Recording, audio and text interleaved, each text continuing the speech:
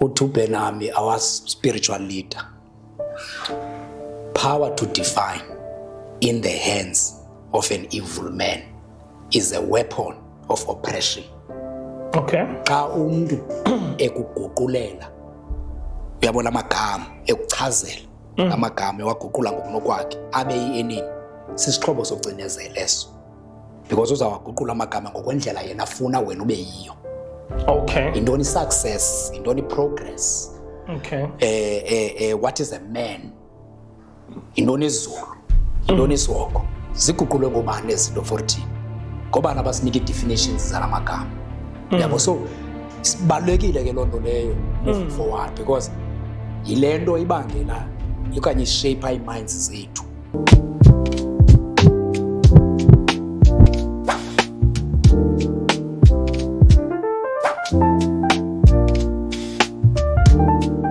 What's up, everybody? What's good? My name is Ewa Ayaz Mabinda, 91 King, goated journey of all generations.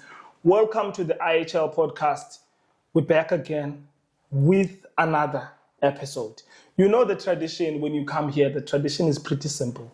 You go to the subscription button there, the red one. You press there. And then you go to the notification bell next to it. You hit the notification bell. With the subscription button, you are helping us grow the community. With that notification bell, every time and anytime we drop content, you get notified. And then we need you to comment. Tell us what you think of the content we're creating.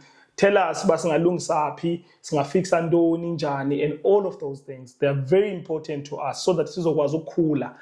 Well, on a criticism, sharp, put it there. Do you have a compliment? Sharp, put it there. It's important for you and for us as well, so that we can grow. We're back with another episode. I'm with a brother of mine, Mnandi Amazi. We are always having this conversation. So, no, man, let me invite him to come through so that we can talk to you. And then, my leader. Kukheli. Kunjani? Kuhle mama brother, kunjani? Kuhle man leader. Yeah. Gqibelana nje. Gqibelene manje. Welcome to a podcast here. This is a new platform esibuildayo. So besincokola yonke into kule platform, sincokola ibusiness, sincokola ukuphila kwi-society. So enkosi kakhulu for uba u-honorishe le invite ukwazi ukuza uzohlala nathi namhlanje. Hey, ayasibulele kakhulu mntakwethu. Uyabona ndibulele kuwe, yabo viewers, you know, everyone who's involved, uyabona. Ekwenzeni lento ibe kanti izawuphumelela ngehlobo iphumelele ngalo ngoku. Hayi siyabulela. Singamshiki umdali. Umdali. Yeah. Sisemandleni silapha. Lo mandla siwafumana kuye. So sibulele kakhulu man lonto singayithatheli kuthi. Nabuzeni mvuyiswa lonto ke ndobana intsha then sizofaka i-contribution nathi yabona set it so i-platform right kakhulu. Siyabula sizofunda yabona sizofunda. But I just want to pick your brain as basiqala i-conversation immediately. You wake up ekseni, you look at the society, you look at the community. What comes to your mind? I don't want to ask this question, they expand. Yavuka ekseni, hlamba ubuso, yaxukuxa, uphuma phandle, and then the first thing you see obviously society. What comes to your mind? And ke mhlambi impendulo before ndiyinikeze funeka siqale sijonge ke mna ndiphumaphi. Kwindawo endikuyo uyayazi indawo endikuyo elokishini eScenery Park. Yes, then mna pha eScenery Park kule ndawana ndikuyo uyabona weke ngokusihlala communally uyabona as Hebrews uyabona. Then now xa ndiphuma ke ngondijonga ke ngomehlo lobana usebenzile umuntu owenza sure into bana wasenza saluze identity as abantu. Because ndiphuma ndijonge abantu abaluze identity, and then there's a result yalondo zizinto esizenzayo esibhizi nazo. Remember kukho into ethi i-history control i-destiny. Then xa sizawuchaza i-history, intoni i-history? History is a record of past events. Now i-destiny, it's a predetermined course of events.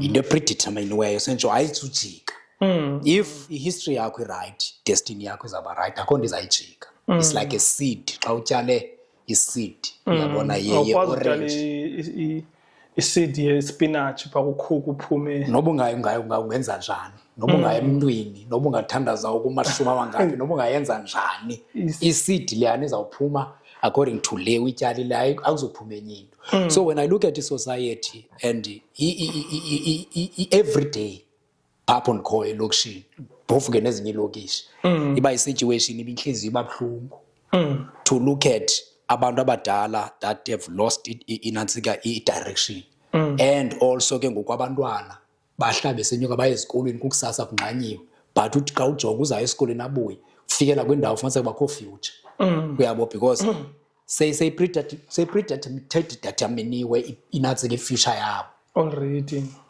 ngakho ishibhini apha kube kwishibhini kwesi strato kube kwishibhini phaa kuthengiswa i-drug phaa kuthengiswa intoni phaa whatever it is ozayifundiswa endlini ayizuba namandla kule nto oyibonayo on a daily basis because umntana izinto azibonayo zezona azenzayo more than izinto azixelelwayo that's why kubalulekile ucreate environment ezibhethe ezirayithi for abantwana but i-environment ebhetha ayicreateki with minds uyabona ezingekho right because i-environment icreatwa yi-mind kufuneka uqale kulungiswe ingqondo then i-environment izawulunga the reason i-environment zethu zingekho right is because kumoshakele ingqondo this sick world siyibonayo is a result of sick minds hayi enye into uyabo meaning ke ngoku we have to look at zintoni esizifundiswayo ezabantu uyabo so this thing is knowledge base uyabo so singabantu ke esoloko si-connect izinto we don't just look at izinto ne-face value uyabo we connect izinto into yobana okay historically kwenzeka le nto that's why silapha uyabo because iilokishi azenziwanga because of kwakufunwa sibe successful ezabantu siphile iilokishi zenziwa yes ii-townships zenziwa because kwakufunwa sizoba kanti sikufutshane neempangelo zethu and that ke ngoku akuzubakho mthetho kule ndawo because kaloku xa umzekelo phaa eWilsonia uyabo iWilsonia zii-firms now i-Scenery Park ke ngoku abantu abafuna uphangela kwezaa firms usuke phaa omnye wazobeka igali lakhe kube efuna uba kufutshane efemini now uyafika nomnye uzokwakhela khe igali namnye afika then now wena xa ufuna ukukhulisa laa mali apha efemini uthengisa isigarethi okanye uneshibhini akuzunqandwa ngumntu because akho mthetho kaloku uze ngehlobo nje ayifani nevillage where kudala wawungenokwazi uveske wenze into kwivillage where kuzawufumaniseka into yobana ihambelane nenkqubo yelanda kwafuneka uye kwasibondo okanye uye enkosini uyocela umhlaba ufumene elo hlobo then uzawubekelwa ke ngoku imithetho nezinye izinto asenzi ngehlobo which is ke ngoku le nto eyi-structured elo hlobo now sisuswe ke ngoku loo ngqondo saziswa kwezi ndawo ke ngosikuzo because of impangelo and stuff then now sifike ngoku yangoqhusapha wonke umntu yazenze then ke ngoku xa sijonga ufumaniseke into yoba akho future abantu i-future bayiluza besebancinci yabo. No, my leader, I mean, that was the thinking around asking you a question about as you wake up in the morning and you look at the society, what is your thinking? But to take it back a little bit, kumntu mhlawumbi omnye umntu obeconducta le interview mhlawumbi bezawuqala ngale question ndizayibuza. Okay. Uba wena ungubani, waphi, usukaphi, and also just to give us a little bit of a background. Ekhayeni uba umuntu okhule kwindawo enjani ukhuliswa njani. All right. Igama lam ndizelwe nguSiyabulela. Okay. Yeah, Siyabulela, I think ayabulela. Yeah. Ndiyabona bayaconnect amagama Siyabulela mina ke ayabulela so there's a connection. Yeah. Siyabulela nguSiphunzi. Ifani yami ke nguSiphunzi because ndibiza ifani yakulo mama. Bona ke leza dynamics zokhuliswa. Yeah, ukhulela kulo mama. But utata ke nguNdungane. Okay. Yes, uGambo. uNtuli yabo umemela. Umhlaba ke esisiphofu ke ngokugoduka ekhaya kahle selibode uyabona wena inxiba nawo. Yes, uyabona impondo. Fumaniseke into bana ke ngoqha after utata waba kwelicala uyabona eMdantsane thina sizelelwe koMamdantsane. Oh, okay. Makhiwane. Then sakhulela apho zange sagoduka. hayi lithi nichiphile ni cheaper from masatsho bed. sancane. Uyabo uzuqonde ke ngoku ukohlukana kwakhe utata nomama mina ndizalwa ke nguMadlamini. Uyabona uMadlamini so ukohlukana kwabo sisebancinci ke nathi yabona. Siba behlala kwa5 but zange sibe kwenye indawo saba kwapha kwa5 qha kwenye kwindlu uyabona ka yefamily kamama yabo sapha ke sakhulela apho utata kakudanga uyabona naye kwalapha kule area kwapha qha wa move on ke wachata wenza izinto zakhe kakuhle but asimane ke sisiya uyabo so ndikhulele but apha kulomama so yonke into yami ke ngokucala elazi kakhulu lela kulomama uyabona kumagatyane xa siyegcuwa leli cala likamama zange nafana ngaye kwelikatata. But why would you end up using the surname kamama ke ngoxa bingabantu abakunye aba baba nawe then bohlukana after when?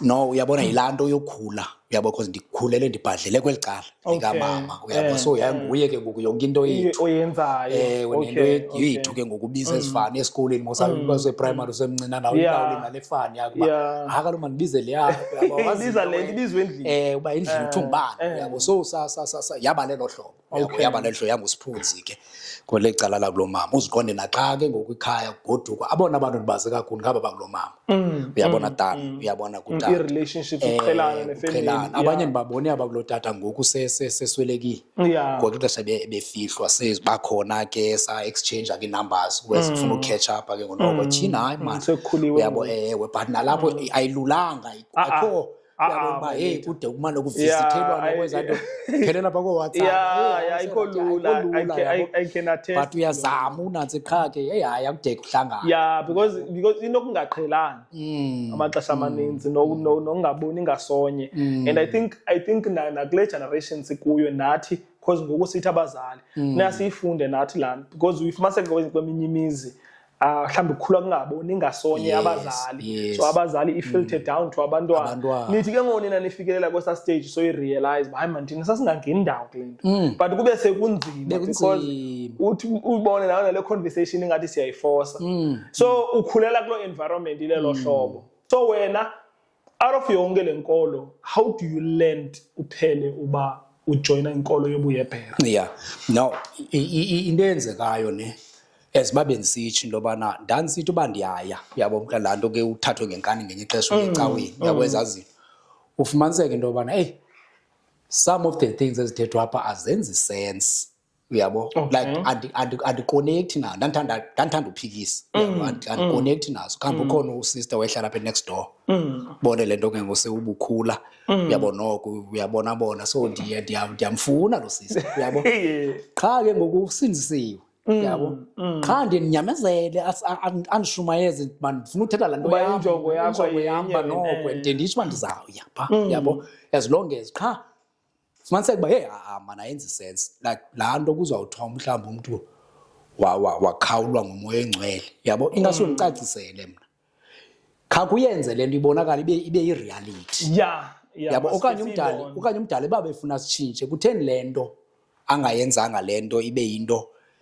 bayenzeke ngelaa xesha khayenze nangeli xesha sikho ngalo uba nantsi yenzekile so that ke ngonoko sinokwazi ubelieve ezinto xa kuthiwa uMoses wabetha kwavuleka ulwandle uzama upicturisha uyabo le nto uba hey yenzeka njani xa ukrwecayo ngobuza ufaniseka uba hey apha azibuzwe ezinto so yilaa nto ke ufaniseka uba hey uvakala njengomntu against khona ndikhumbula one time ukhona enye ibrother dasihlala naye pha eQuickney kwezinto ke zahamba nempangelo nto siphangela ama-Hemingways uyabona koomabanarotis uyabona zabuya zawuhlala eQuickney ke uqombe ufuna uba kufutshane because ndiphume ebusuku kude emdantsane ufuna uhlala apha eQuickney yabo khona enye ibrother ithanda ke yabo ushumayeza nayo uyabona apha eQuickney kule flat isikuyo ndibuza imibuzo kwakuthathwa ezindindi ngoyena myedini uyabona umyedini oqala nokugqibela like andizuncedakala ubone laa nto uba uncanyiwe uba hey uzobuza uthi ufikele ubuza uba uthixo ngubani yabo sentsho laa mibuzo but ke ngoku kwenzekile apha ekuhambeni khona enye ibrother esikhula nayo phaa e-eriyeni yakhe ayabikho uyabo kuthiwa ngumlondolozi uyabona apha e-eriyeni Matsil uyabona i-Hebrew name so yakhe ayabikho ibuya seyisithi lapha eScenery Park uyabo ilelebhere uyabo Sikhula sonke mosiyamazi uyabo ile lebhere hey siyabona manje nasempahleni bayekutshintshile elixesha awazi into ngabuyebhere tu uyabo tu uyabo so le brother hey indibambe le one time uyabo indiloba ke ngoku ndiye ndemose ndathanda ngumuntu othanda hip hop okay yeah uyabo so yayazi ba ndayithanda hip hop ithi gqika umiphethe enye tape uyabo enye CD le CD inatsika ishow live show le yo abantu okay yabo abantu obhayo TVL yabo iphethe la ndithe uzokubukela lapha nyani kanti sendlini one time endibukele yabo ke ndibukele yaba ndayithanda manje sithandelo Tupac bukele ezi rapper ezi yabo qhaze rapper elinye ihlobo ezinto ezizithethayo yabo ingabi namsebenzi ku 2005 ngelo xesha uyabo ingabi namsebenzi lento then yamuva lento wamane nicacisela ke le qha ndithi xa ndimamela bwa inzokolo uyabo sentsho ngela xesha ngqondo akutyiwa nyama nantso kaloku ndabamba lo ndawo uyabo akutyiwa nyama uyabo yonke lento ndithi no man qha ke ngoku apha ekuhambeni yabo 2005 lowo lagqitha ixesha siphinda sabonana yabo after yabo lona 2006 uyabona ndanamawele yabo abantwana yabo abangamawele hey bone ke ngoku lanto yobana samo zamanyani i-mindset yatshintsha uyabo ngoku ubukwazi ujivisa udlaka asusenza uyabona izinto nje akho responsibilities now that ngoku kufuneka uthathe portion yabona kwinto kumalana uyothenga amabisi uyothenga into ziba different uyabo and ngoku wawuvesi ngoku uhamba uvese upay uhambe uyothenga uyabona iLacoste uyabona senje akusekho lo natsika ngoku uyabona lonto injalo so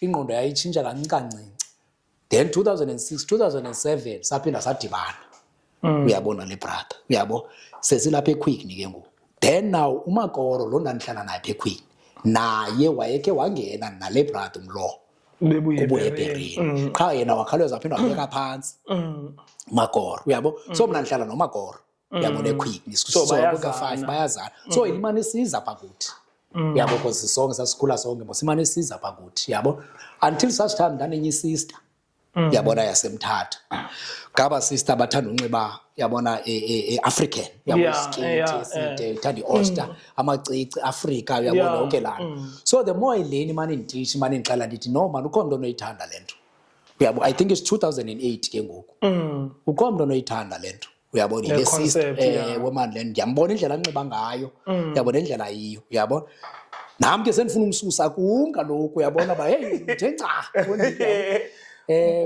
umpasele kwacaba yona ivuyele kwalonto ba ndimpasela kwakumuntu lapha close nami because isister kaloku endithandana nayo le uyabo nyani wabamba le sister uyabo wayithathe lapha ku sister yena wayiva lento uyabo then after yena usister ke ngokuthe chumna uyabo nje bekuyiwe classini yabo besithetha ngemuseum uyiwe classini ezimuseum khona simbone ngelixesha uyabona simbone Sheya uyabona le brother ke uyabona nezinye ezasithu ezasuka pha kuMary uyabo yengushongwe yenye ngukhipha kuyidlala Cosmos uyabo so naye unathi kumlo so ezike ngoku le sister dimane ndiyikhapha kuye classini ngenye ixesha ke ngondingabuyi namba uyabo eclassini sendimkhaphile hey uhlala umamela ndibanje ndifika bese phandle mosaba kangeni ndibanjwa ngosimbona into simbona kaloku ndiyabazi baya rapper sethi ndimamela ingoma zakhe nami ndiqombe mandimamele ya rapper yabo sethi rapper kamani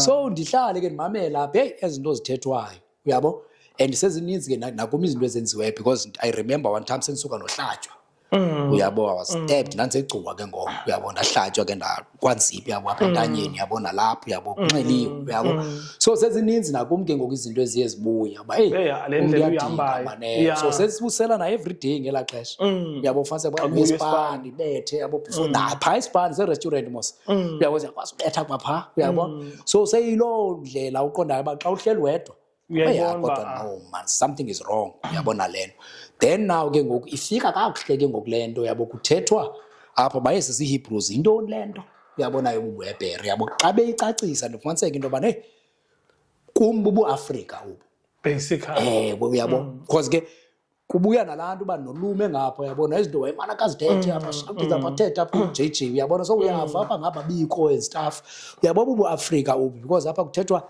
ngendlela nje yokwenza uyabona yabo elungileyo so basically ayidanga ekhayeni le ibithethwa ezinye zezinto xa ungxoliswe endlini mama uyava uba hey uyabona izazinto uba okay hey ingathi no make ndiyizame uyabona ke ndizame uba anake ndiyinike indlebe na uyabona ke ndijonge uba izathatha indibeke phi uyabona isesa situation ke ufunda uthanda into eyi-1 encinci uyabona because ndandithanda nezi zirephayo ke ndisokulamele zona yena ndiyacala kakhulu then now kuye kusongezeka apha into qomba nalena okay nalena okay and ke ngoku umahluko ne phakathi kwasecaweni nakuyo is that every question endinayo iyaphenduleka and ke ngolento ibuyiselwa back uyabona thu kuwe ke ngoku nakumba lento it's up akho ndawo uthi wathi hayi sikukho indawo esiya kuyo sabaphethere khona hayi uMoses kwenziwa ngcono ngoku kufuneka lento iyenzile into ebalekile ukutshintsha. So I want us to touch on practicality because what makes abantu abaninzi very much against religions, culture. Into bangabana zingabikho practical. Fumanise kuba hey kuza kwenzeka so aqonda umuntu bawo andiyiboni mina le lisenzeka. So before we touch on into bangabana intoni ubuyepere, how practical is it? Ezinye zemfundiso la kumzekelo zeziphi imfundiso onosenzela umzekelo ngazi uthi ujonga umzekelo imfundiso ebuye eBhereni esifundiswayo yilena and iyenzeka ngehlobo nehlobo. One of izinto endiqondayo abayibalekile kukunikwa kwamagama uyabona their real meanings. Okay. Because balekile leya because remember uthi uBenami our spiritual leader power to define in the hands of an evil man is a weapon of oppression. Okay. Xa umuntu ekuguqulela uyabona amagama ekuchazela amagama ewaguqula ngokunokwakhe abe yienemy sisixhobo socinezela eso because uzawaguqula amagama ngokwendlela yena afuna wena ube yiyo. Okay. Intoni success, intoni progress. Okay. What is a man? Intoni izulu, intoni iswoko. Ziguqulwe ngobani ezinto 14.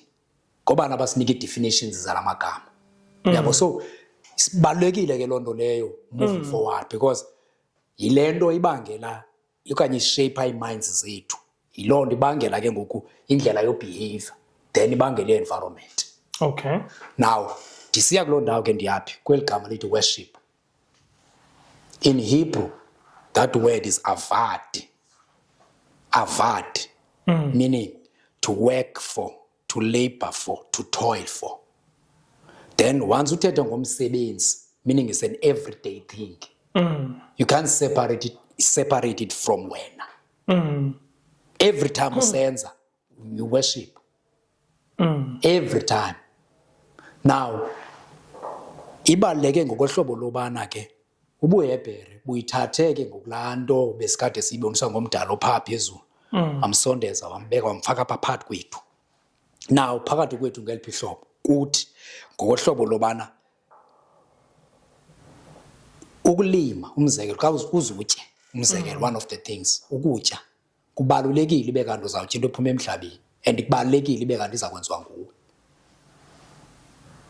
So ayonto ke ngokuleyo yakulonyanga izayo yakuleya inyanga okanye practical into every day.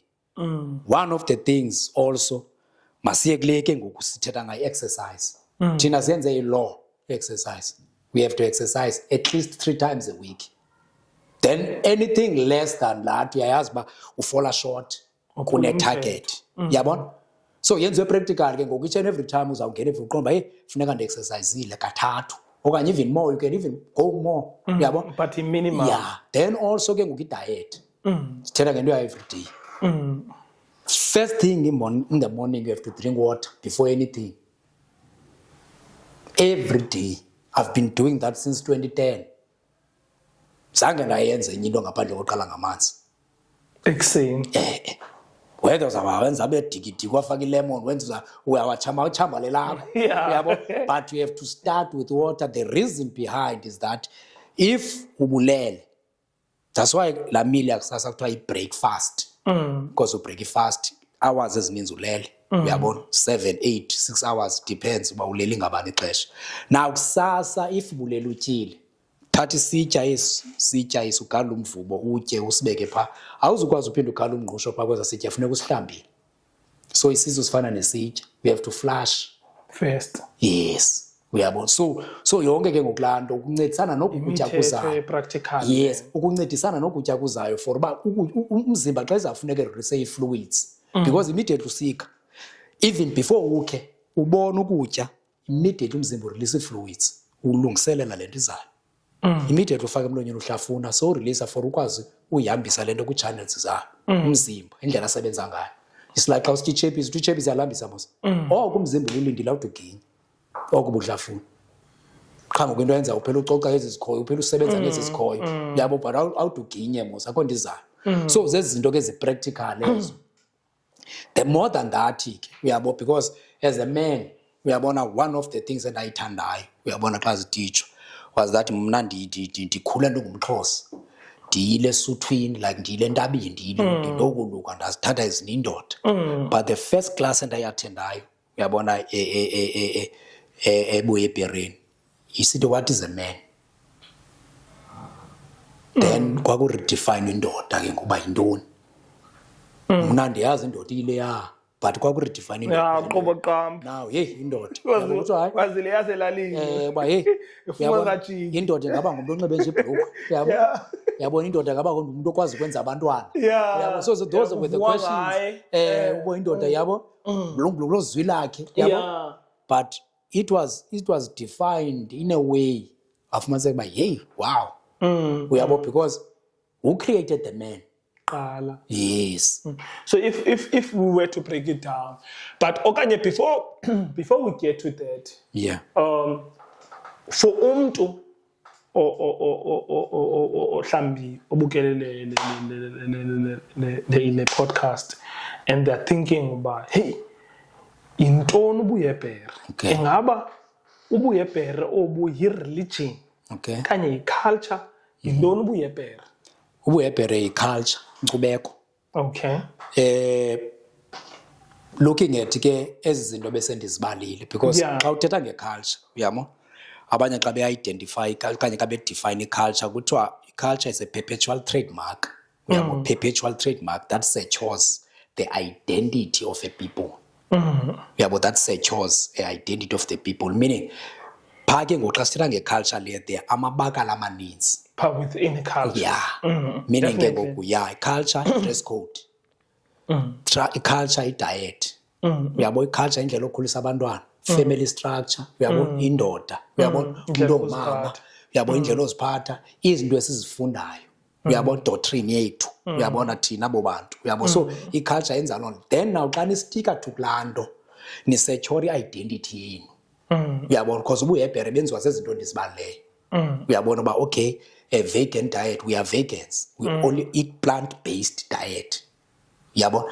Mna ezindoda ndi-expecte ke into yobana ndibe kanti andinawuze ndiphakamise isandla kumntu ongumama, ndibethe, uyabo, one of i-values, one of izinto efuneka singaziphuncu. So ubuyebhere basically is yindlela yokwenza e-pleasing unto umdali lo sicreatileyo. Ubuyebhere in the beginning umdali kuthiwa ucreate umntu, zange acreate a-religion, wacreate umntu. Then now ke ngulo mntu ucreatiweyo umdali wamphefumlela lo mntu umphefumlo wobomi, and laa mntu became a living soul. Now kuthiwa ke ngoku xa idefinwa ngokwesebhere, laa mntu wacreatwa, after kucreatwe yabona kwenziwe izinto. Now laa mntu was to be a caretaker ke ngoku ukuba anze izinto ziremaine zile hlobo, angazimoshi. Meaning ke ngoku if laa mntu ubekiwe phaa kwathiwa kuGenesis 1 verse 29, I have given you every herb bearing seed, for you shall be for food, every herb bearing seed, meaning ukutya, into ephuma emhlabeni mayibe kukutya kuwe, because of i-makeup yakho yomzimba, yitya wena into ephuma emhlabeni, because once utye enye into uzawungabantu rathi uzawugula. Once utye enye into funeka utye into ephuma emhlabeni. Hence ke xa unoyiconnecta nehlobo lakudala abantu babesitya emhlabeni. Mna nge-80s ngexesha ndandisiya kulo mama kuGatyana zange ndidibane na clinic. Zange ndafika umama esiya ku-check up because kwakuvukwa kuyolinywa. Meaning ke ngoku i-creation then uhambelana ke ngoku nendlela umuntu acreatwe ngayo. Nantsi indalo uyinikiwe to sustain. Just like imoto. And ngoku siyi-society ecelebrate iclinic. Nantsoko. Kuba edankeni kwavula iclinic. Siyavuya. Yasebenza But befama yi-alarm le. But yes, something is wrong. Kutheni sigula kangaka? So ke ngoku ile nto ndiyitshoyo ke ngoku into yobana same as umuntu owenze imoto. Uyabona? Moto yakho, imoto kabani, umuntu owenze imoto, i-manufacturer leyana ifika ukunika imanyuwali. Uba kulaa moto kuthiwe galeli ipetrol.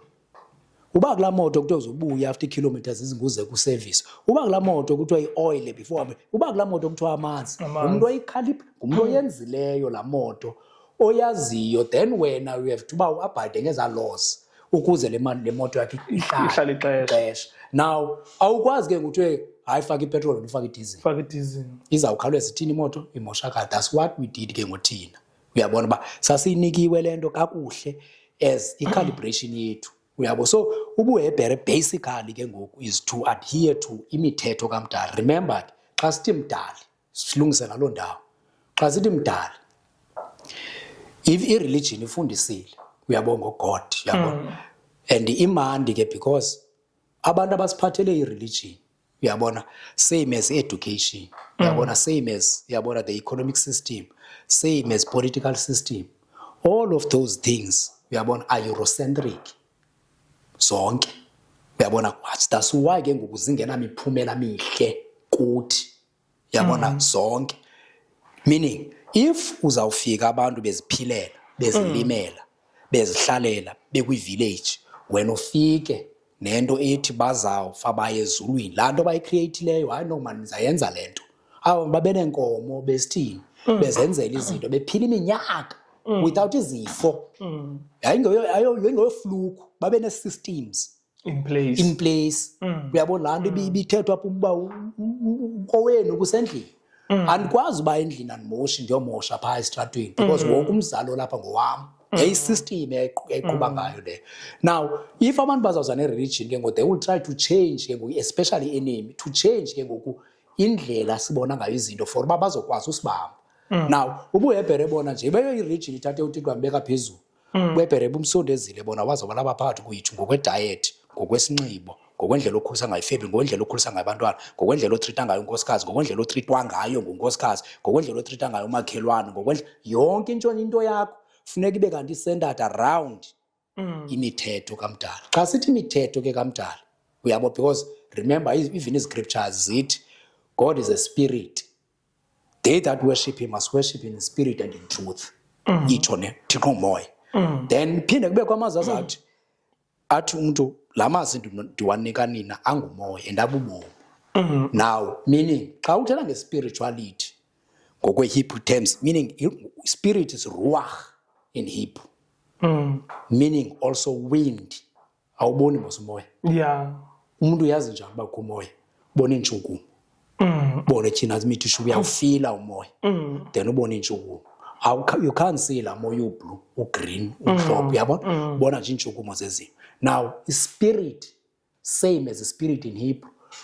Ubona ngokwentshukumo ngokwendlela abantu abenza ngayo into yoba bakherisha esi spirit. Then esi spirit abantu ke ngoku baye basifumane njani ngokwemfundiso abazifumana ngamazwi words.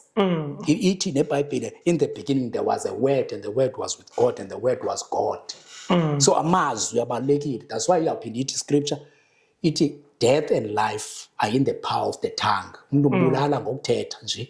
Uyakwazi umnika i-direction e-right, uyakwazi umnika i-direction e-wrong ngothetha, ngomfundisa umuntu. Ube kanti umlahlile then into leyo ezawungena apha kuye ngaphakathi into ezamlawula leyo. That's why bendithetha nge-educational system where ndisithi i-Europeans ifike zatemperisha ne-educational system yethu. Remember sasinayo mhlawumbi ke sawufuna sibuye kwenye episode siyondlale kakuhle educational systems zethu ezazikhona before Europeans belapha uyabona komaTimbuktu uyabona kwemali zonke nje I like the fact that you are mentioning that, because upon in research before shooting this episode, I came across Indo 80.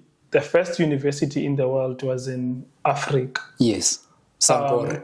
And then I tried to make relations with Inkolo Yenu.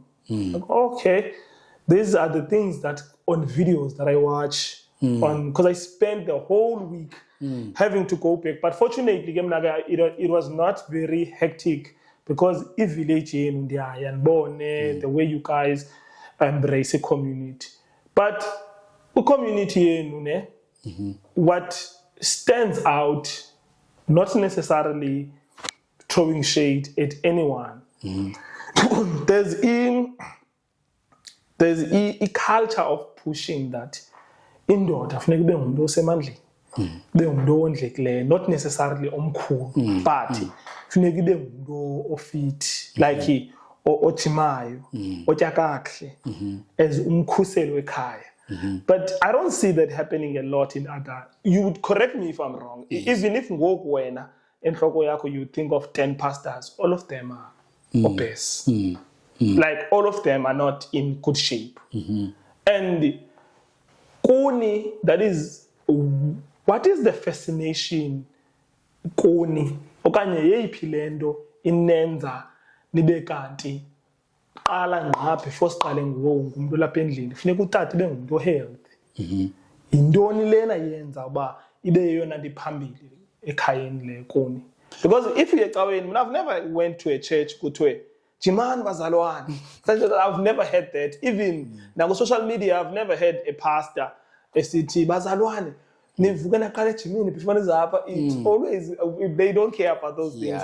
But those are the things that they preach. Even when I think at the beginning of the episode to touch it, ba ayonto oyenza kubuthanda kusisinyanzeliso ba at least 3 times a day.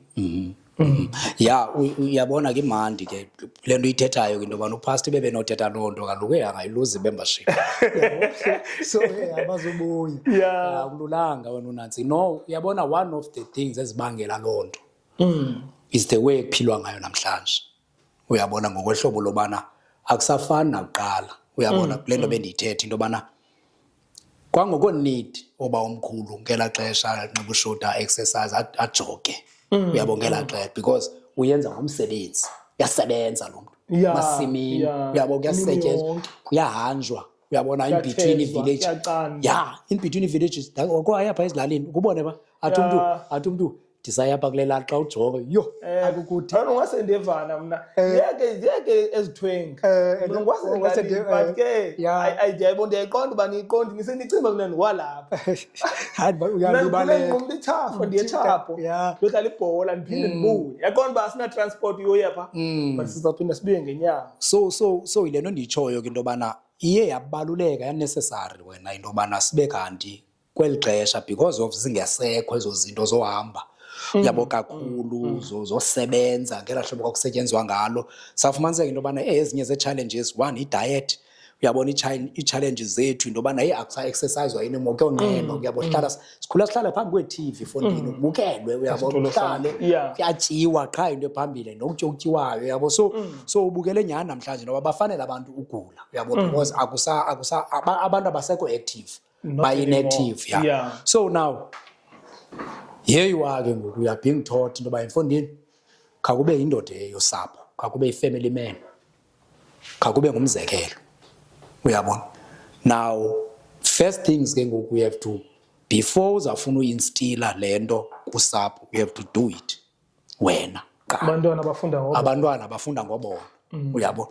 Now zabekwa ke izinto ezibabe ndithe kukho i-subject ke ngoku what is a man, nto le ndoda. Now one of the things ke ngoku esifundisiweyo ke ngoku sisikhokhele Benami came up ke ngoku i-diet ukuze sibe sempilweni, but at the same time we have to sibe semandleni, we have to exercise.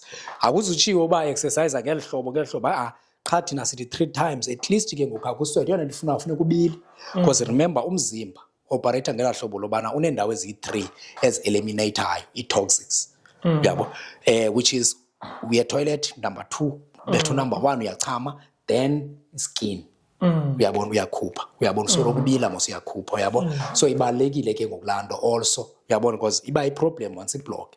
That's why uzawufumaniseka into yobana se-specific even nange-dress code, uyabona le nto ndiyinxibileyo, yabona andiyinxibi into engeyo cotton 100%, ndiyayijonga into, uyabo bendixiba into ngendirhawuzelela babe nxiba into engeyo cotton i-synthetic. Why singayinxibi into engeyo cotton inathi into e-synthetic? It's because yona xa ubilile iyavala, iyablock, ayifuni njenge-cotton umbilo. Cotton iyafunxa yona, iyahambelana, iyawutsala umbilo, uyabona uhlala apha kuyo, then uyihlambe ukhuphe loo nto leyo, ayibhlokhi, uyabona. That's why ifumaniseka uba we had a lot of problems today because of into esizinxibayo, especially ke xa u-exercise uzawubila, funeka wenze sure into enxibileyo i-cotton, uyabona, ingazincala le nto lo mbilo uphinde ubuyele ngaphakathi, because once ii-toxins zibuyele ngaphakathi ziphuma ziba more dangerous, uyabona. Same as into yobana abantu abangayityi okulandla encinci, uyabo, because xa unga-eliminate usitya iba yi-problem. Then now ke ngoku yintoni ebangela loo nto, into yobana ne-diet yethu funeka siyincedise because nathi asikabikho 100% apha ekukhuliseni ukutya kwethu, uyabona, asikafikeleli kule ndawo, sisathenga because sisabethakala, uyabona, kwezinye izinto, so sisahamba siyothenga, which is ke ngoku sisarelayile kwaba bantu. Then now iyawusibetha ke ngoku, which is we have uba siyincedise, uyabona ke ngoku ngendlela esenza ngayo. But these things it looks like, and also it feels like, as someone who's outside the community, you guys have this thing figured out, like you know what you want to do, the vision is clean, and also the action plan as well, besides just a vision, because the vision was but clear, yes, ibonakale, but but there's no action plan, which means ke ungakuzofika kula vision. I came across that you guys are building your own society, yes, not necessarily own community, yes, where you decide to fumana umhlaba, nizakhele. And then the first question that came to mind was that why? Because kaloku you guys have this thing, have this vision, and it looks very beneficial for your community. Why ke ngoku ninga remain in the same society and influence abantu? Why do you feel the need, you at some point, somehow you have to remove yourselves from a society and then in your don't you think, okay, don't you guys think remaining with society and practicing as these practices will influence abanye abantu to actually fall for most definitely lo nto leyo injalo, uyabo. Qha ke ngoku funeka sikhumbule into yobana elihlobo kuphilwa ngalo funeka sili-influensile, uyabona, mhlawumbi libe better, uyabona, yinto a-system. Once uthethe nge-system uthetha ngento ongazuyitshintsha, engazutshintsheka, because yona idalwe yalela hlobo nzawutsho. Phofu abantu abayicreatileyo babeyicreatela loo nto, babengayicreateli results ezibhetha, uyabo, political system, religious system, educational system. As long as isekhona i-foundation yayo, as long as ilokishi, because the problem yayo into yobana there are things ongasoze ukwazi utshintsha. Umzekelo, ungafunga uthi by the time kusenzeka laa nto yenzekayo enyobeni, besinokwazi uvuka singabantu sicinge kwakhona uba inoma le nto ezishibhini zingaka ezilokishini ayikho right, then befama noko ziyacuthwa kunganikezwa ii-licenses okokoko. But ke remember also ke ngoku into yobana urhulumente akazungwazi ungayinikeza i-license because ubeke amabakala uba bayile endlwini eminyango emithu, uyabona, uyakwazi uphumela i-safe, uyakwazi uyenza i-shipping. Urhulumente okhathalayo ebezathi no, we can't have kule situation kude kufa abantwana, masizivale. But ke the same urhulumente ucontrolwa phi? Ngabo bantu ba-owner ezi khampani zithengisa obotywala, ngaba bantu bafanda bona politics, so babotshwe izandla. Awukho nto unokwazi uyitshintsha. You can only influence as much as mhlawumbi umntu ke ebenga-exercise aphele exercise akhe esenza yonke loo nto, but awukwazi uyitshintsha ilokishi leyona. Now lento ke ngokithini thina si decide ke ngoku into bana hey let's have lento separate not necessarily siya kwenye indawo asaba siyo create ke ngoku le ndawo ezawukwazi ukubonakala ke ngoku qoba nansi uyabona alternative indlela yophila sesenzela ke ngonawe if uyaqonda into bana hey there are schools there uyabona there are programs there ziqhutywayo ukwazi ukuya nomntana wakho akwazi ukumane siya eyofunda khona just like lento siyenzayo Israel edemon uyabo because yenziwa pha uyabo seyiqhutywa pha uyabona asenze into intsha siqhubeka kana le vision ezuchilo naba i vision iclear uyabo into esifunayo into bana apha le ndawo if umnani lo yebhere ndiyakwazi uyohlala kula society okanye ingaba izaba i-community that is only meant for abantu abangamayebhere abaphila behlobo niphila ngalo izaba nomthetho okay uyabona because ke into esingazokwazi uyenza sinobaleka ilokishi phinde sokwenza enye ilokishi makes sense yes uyabo so it doesn't mean ke so which means uyayisupport i-Orania i-Orania ne because i-Orania abantu abanevision enye abazixeleleyo ba thina we're going to isolate, we're going to buy land, and then we're going to build, and then we're going to live like this. I-foreigners sizokwenza lento kwenye okay ima no yona idea but ke ngabantu abazobulldozer abathatha indawo ngehlobo abayithatha ngalo then now benza lana bafika sine systems ezilala hlobo bazimosha then now bayenzile bona I think kubo kaloku into yoba systems bazibuildele thina ziphinde zabadika because uyayiqophela into ba if you check thina we are socialist, is it socialism? We are people who share Ubuntu. Hence I always say you cannot translate the Gama Ubuntu to humanity. It doesn't exist. There's no such a thing.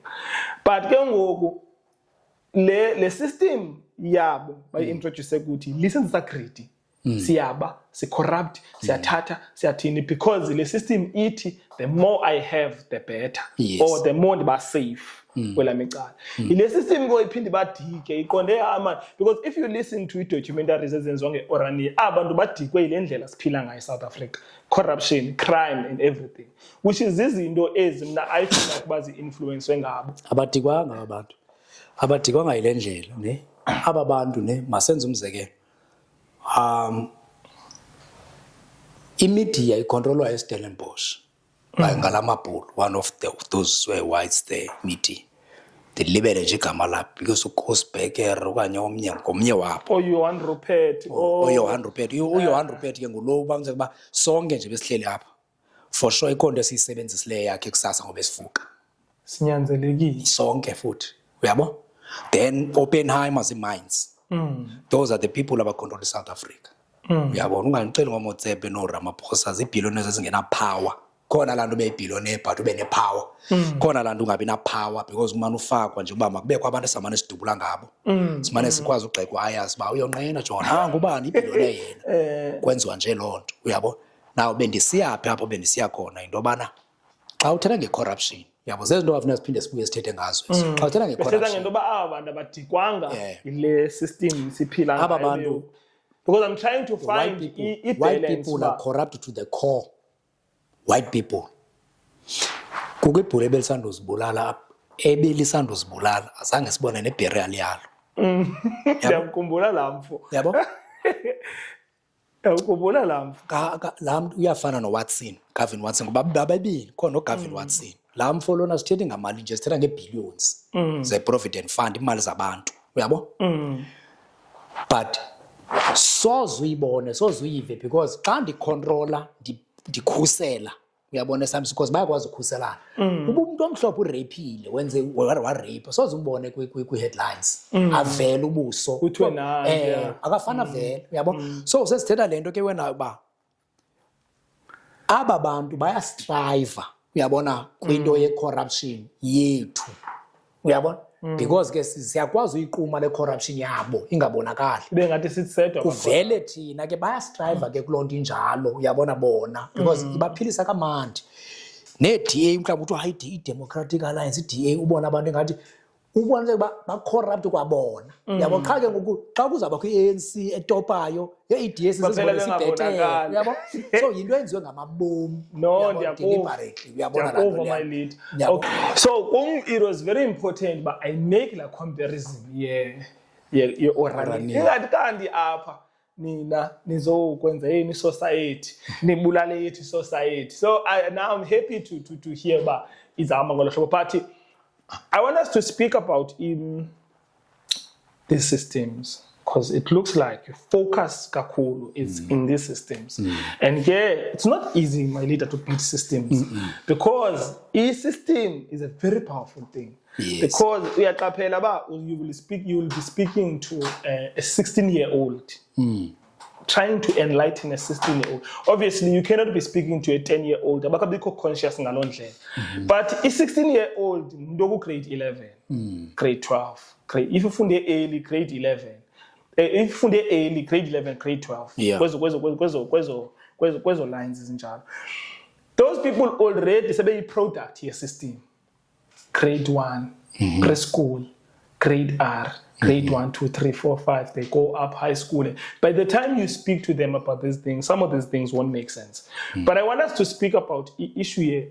How do you think the education system, specifically in South Africa, transforms Tina as a society? Do you think it's transforming us to be better people in a sense of contributing back to a society? Or do you think it pushes us to be... Obviously, there will be people who choose to move out of the system. Like I did, for an example. The system was saying, you graduate, you go get a job. I graduated, I chose to go start a business. There's a few of us, but now we are not speaking on those individuals, but we're speaking generally. The actual education system, how do you as Hebrews view it? Do you view it as a system that betters the community, or do you view it as a system that kills the society? And anyhow, why? Okay. Masiqale kule ndawo ayasindithande le nto uyithethayo ndabona yabantwana grade 11 uyabo ezinto. Just to go back to one of the things esikholelwe kuyo uyabo is that uyabona umntana at the age of 2 seqala ubamba. Okay. Yeah, seqala ubamba umntana at the age of 2. From 2 years to 6 years umntana usebenza ngee-images, uyagcina, uyabamba, uyabona umntana. So zii-ages ezingafuna uphoswe ezomntaneni. Ewe no hayi subagqwitya kweza ages. Because these are ages zotesta izinto. Oh, okay. Uyabo? Bahleli nje ba uyabo these are ages. Then now iba permanent ke ngoku into ibingakhange inqandwe. Okay. Once uyiyeke ungayinqandi, then izaba permanent, uzawuxakana nento ke ngoku lesithi 8, 9, 10. Ibe ngathi ke ngoku lamntana laa nto azabe yenza ke wangazange inqandwe yiyo omnqandayo, ibe ngathi ngulo muntu ulwa naye. Yes, so zibalulekile za ages kakhulu. Because I even remember Malcolm X. Malcolm X utata ke wayeGaviite, uyabo wayekula movement kaMarcus Garvey. Malcolm X. Then uMalcolm X wayehamba ii-meetings katata ke no-5 years. Malcolm X utata ke wasweleka, then umama ke akabi right, then baphuwa yonke loo nto. uMalcolm X ekuhambeni wayecriminal.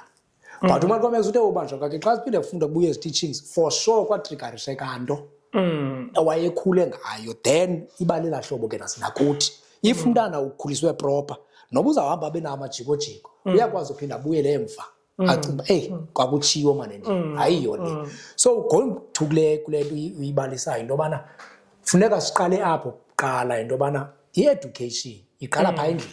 Qala uyabona abazali funeka benze sure because banikwe uxanduva. That's why kusithiwa in Hebrew ezazibhalo zithi bekuyihlononyoka ukuze ulule imihla yakho emhlabeni.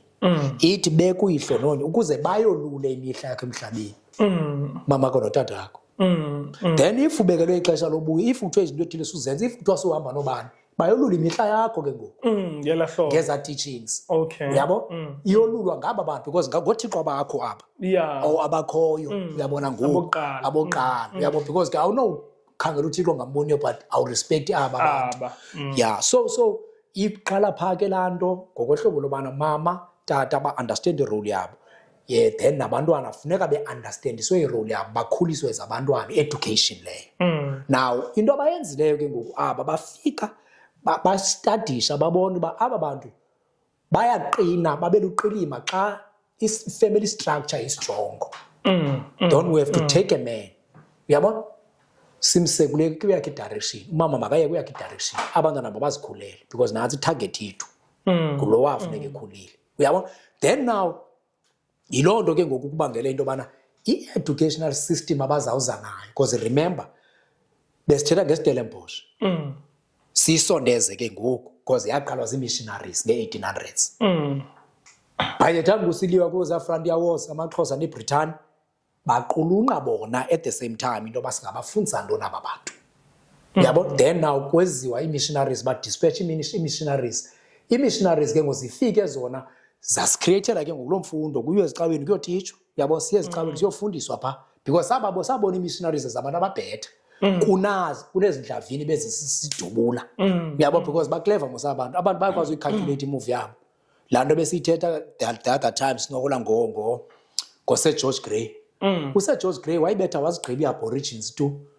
nathi ke ne-Australia but zii-aborigines azazimpraiser but wayibetha inkcubeko yazo yaphela tu eNew Zealand uyenzile then wafika nalapha wadispatchwa waziswa pha wadeploywa wazoyenza lapha ufika kanye ixesha kuliwayo iBritane namaXhosa wayilo middleman wanguloo mntu ungcwele yena ubonakala ezihajo izengoxolo le ukubethe kubambile yena ukubetha uncumile yena uyusemkela uyulahleka uyabo ngolahleka uyishiye tu inkcubeko yakho then siqale phaa ke ngokuthini into zempangelo ngexesha likaSir Grey fanele baku-US mine now breaker ke ngoku the family structure remember kwange-1700s there was a white man ekwakusithiwa nguWillie Lynch uWillie Lynch wayenento kwakuthiwa how to make a slave ehambe teacher zonke ezi-slave masters on how to make a slave one of the tactics awayenazo was that thatha a female slave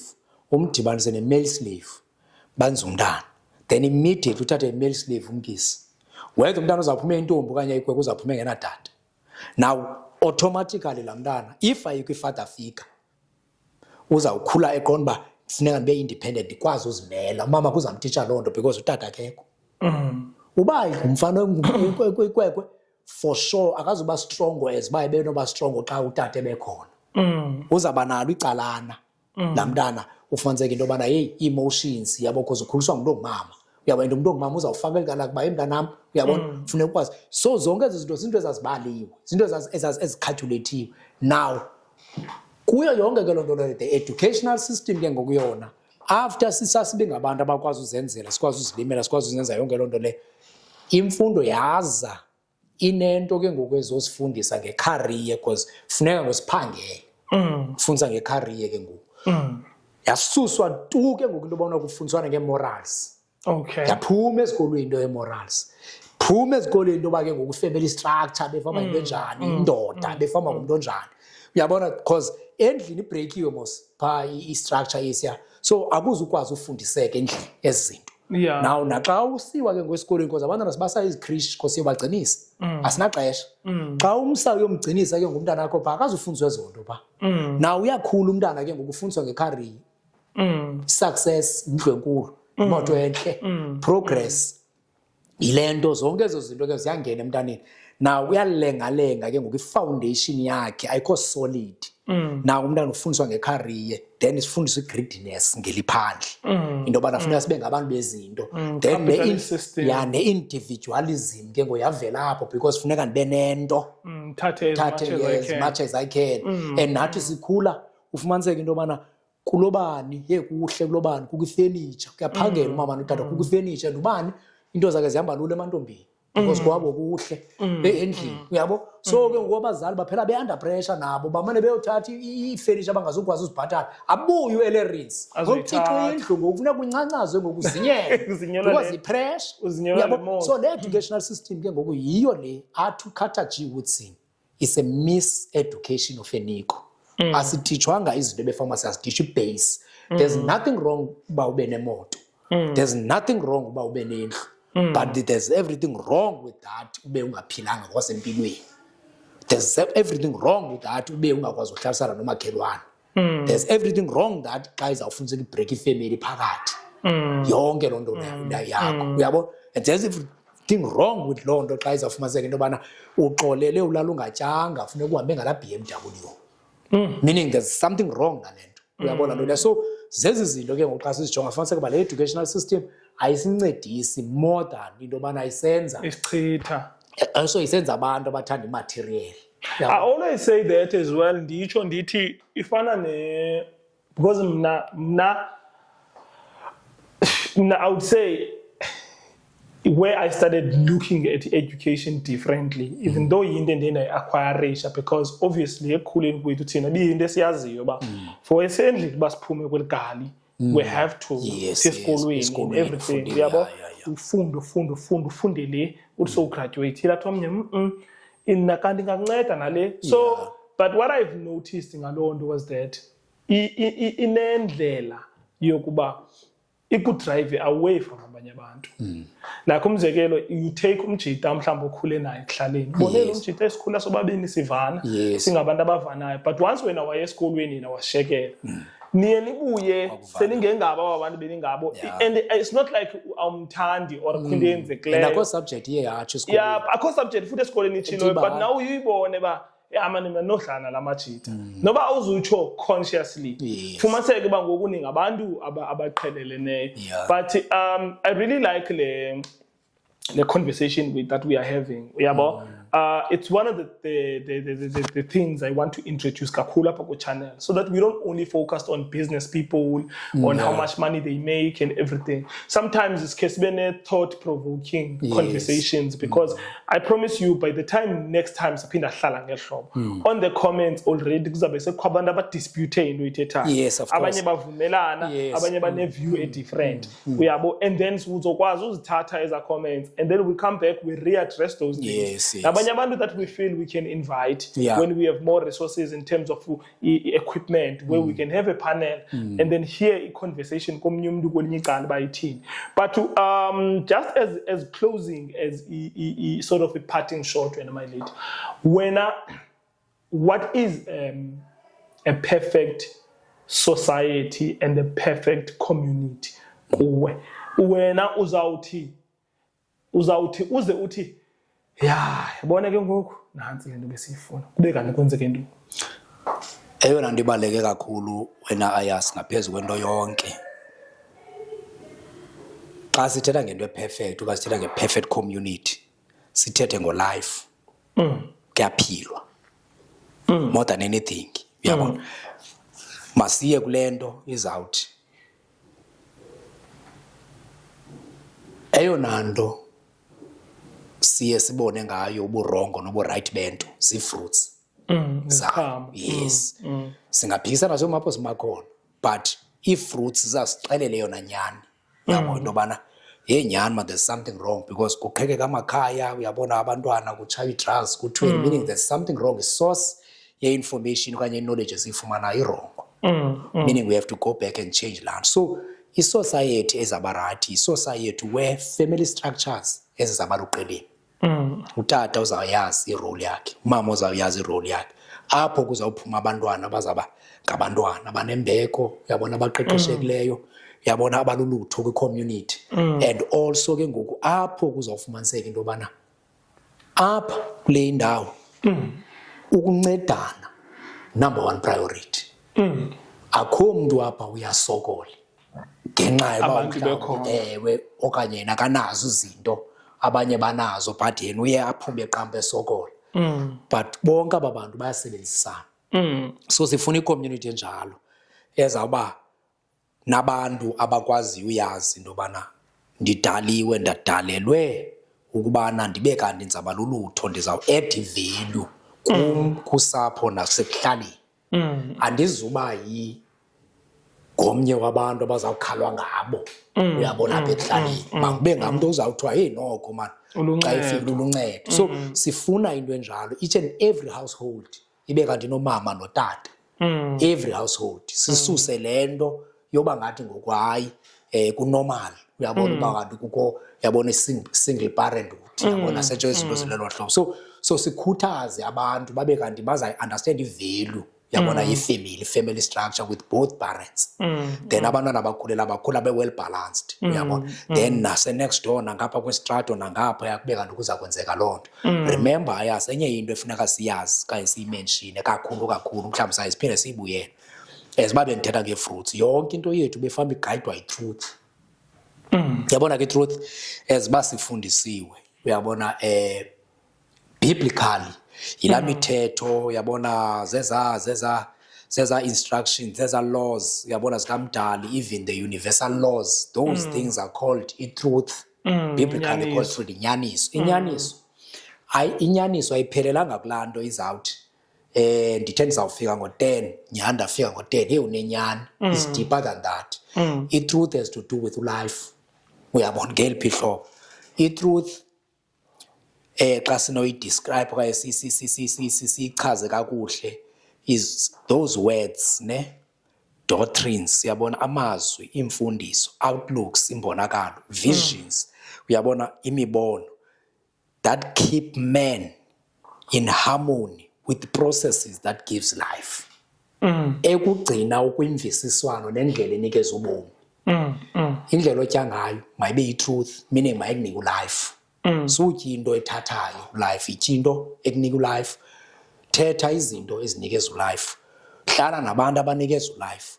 Uyabona zonke ezo zinto ezo zithi xa zibizwa nguyi-truth leyo uphila nyaniso. Uyabona nto leya unxibe izinto ezingekho harmful ezi-right uyabona for wena i-truth leyo. So ubomi bethu mabugayidwe uyabona yiloo nto injalo. Ii-systems, i-educational system mayikhuphe abantu aba-understandayo nabawaziyo life nabayazi into yobana ukubaluleka kwe-family structure and stuff, not abantu abazawuthi at the same time ngokafundileyo ufumaniseke ubholela ecaleni uyabona uba izinto zakhe. Kukho umntu omfo ndimthandayo ke xa ndiyeka, Orlando Patterson, unencwadi ethi Slavery and Social Death.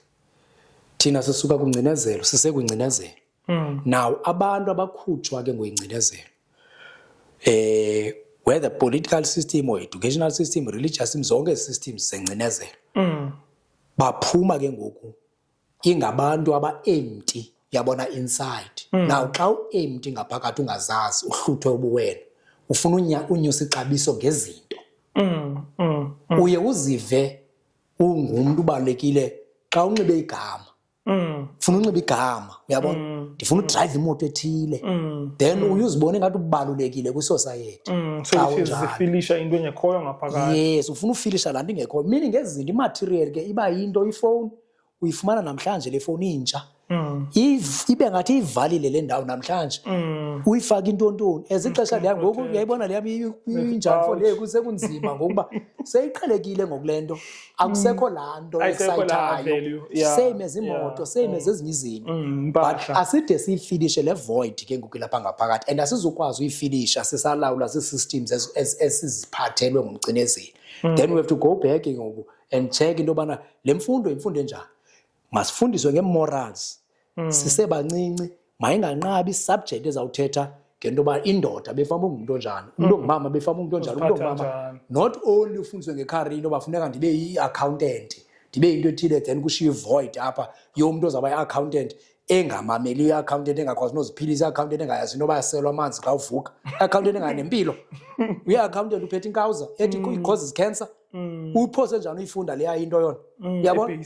Xa ungqinqe ngecala akho bu-accountant, xa ungqinqe ngecala ucinga bank account, xa ungqinqe ngecala ucinga laa moto segaraji, xa ungqinqe ngecala ucinga ngempilo, which is number one, ibase impilo uyabo. So yile nto siyitshoyo ke ngoku into yobana le education is same as i-political system a-liberal democracy esiyinikwe i-America. Yona ifundise uvula zibhuqa uyabona ke. Akho bantu bayithandayo laa nto nabantu abacinezelweyo. Xa kungathi bayakhululwa kuthiwa jonga ukhululekile, yenza le nto uyifunayo. Akho mntu clever ekubulaleni abantu ngumntu acinga laa nto. Athi jonga utsheni inja uyibophelele nje noko yayibotshelelwa apha ingagungqi kuthiwa awungeni apha uzogqiba uvese kuthiwa jonga ke ukhululekile iya le ndawo ufuna uya kuyo. Then yayinkuleko leyo kuthi because kaloku iindawo ebesivinjwa kuzo kanti ayonkuleko loo nto leyo. Ayikho indawo awunokwazi usebenzisa idemokhrasi even upha kuwendlini uhlale nabantwana bakho uthi bantwana bam ke umntu makenze le nto ayifunayo. Kutheni ungenoyisebenzisa endlini kodwa yi-system erayithi? Constitution yaseSouth Africa, Bill of Rights, Section 2. Awukwazi umsebenzi endlini, awunothi mntanam yenza le nto uyifunayo ngendlela uyifuna ngalo. Uyaqeqesha umntana kakhe, which is i-system engasebenzi, i-system yabantu abafune usibona singongantweni. now singabo kongantweni ngala system, which is ilento siyitshoyo ke ngoku into yobana we have to check those systems and to make sure that i-nourishment esiyifumana endlebeni ne-nourishment esiyifumana emlonyeni mayibe yi-nourishment esenza uba sibe nempilo, sibe ngabantu kwakhona, not esenza into yobana sibe kanti sizawurhuqa. Uyabona sigcwale koomakhiwane, sigcwale koomafre, sigcwale kwezi ndawo but sithi sifundile. Ufunde ntoni?